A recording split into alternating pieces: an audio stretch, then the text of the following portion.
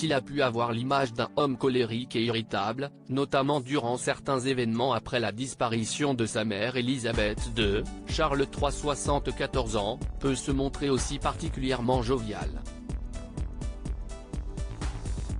C'est ainsi qu'il a été vu lors de la réception pour les communautés britanniques d'Asie de l'Est et du Sud-Est au palais de Buckingham le 1er février 2023. À ses côtés, son épouse la reine consort Camilla, répandant aussi sa bonne humeur, mais également la sœur du roi la princesse Anne et son frère, le comte de Wessex Edward. Cette fête qui braque les projecteurs sur des personnalités des communautés britanniques d'Asie de l'Est et du Sud-Est a mis en valeur la superbe Alexa Chung, vedette de 39 ans au Royaume-Uni.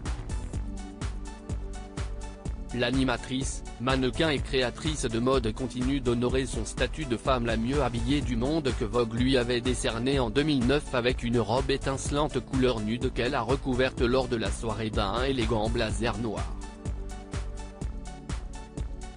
Elle était accompagnée à l'événement de son frère Dominic Chung, expert du monde musical.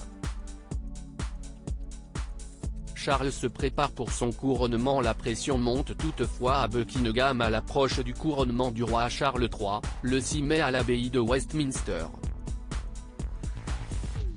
Buckingham veut faire de cet événement historique un moment de fête, qui donne l'occasion aux gens de se réunir. La famille royale sera-t-elle elle-même réunie? Buckingham n'a pas indiqué dans son communiqué si Harry et son épouse Meghan, exilés en Californie, seront présents, mais ils vont bel et bien être invités selon le Daily Mail.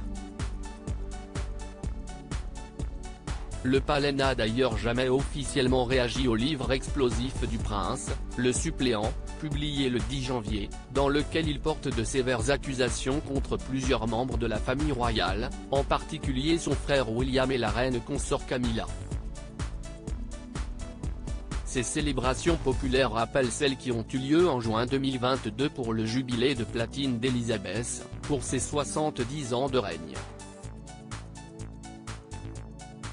Dans tout le Royaume-Uni, des dizaines de milliers de déjeuners et pique-niques entre voisins avaient été organisés pour célébrer cette monarque extrêmement populaire.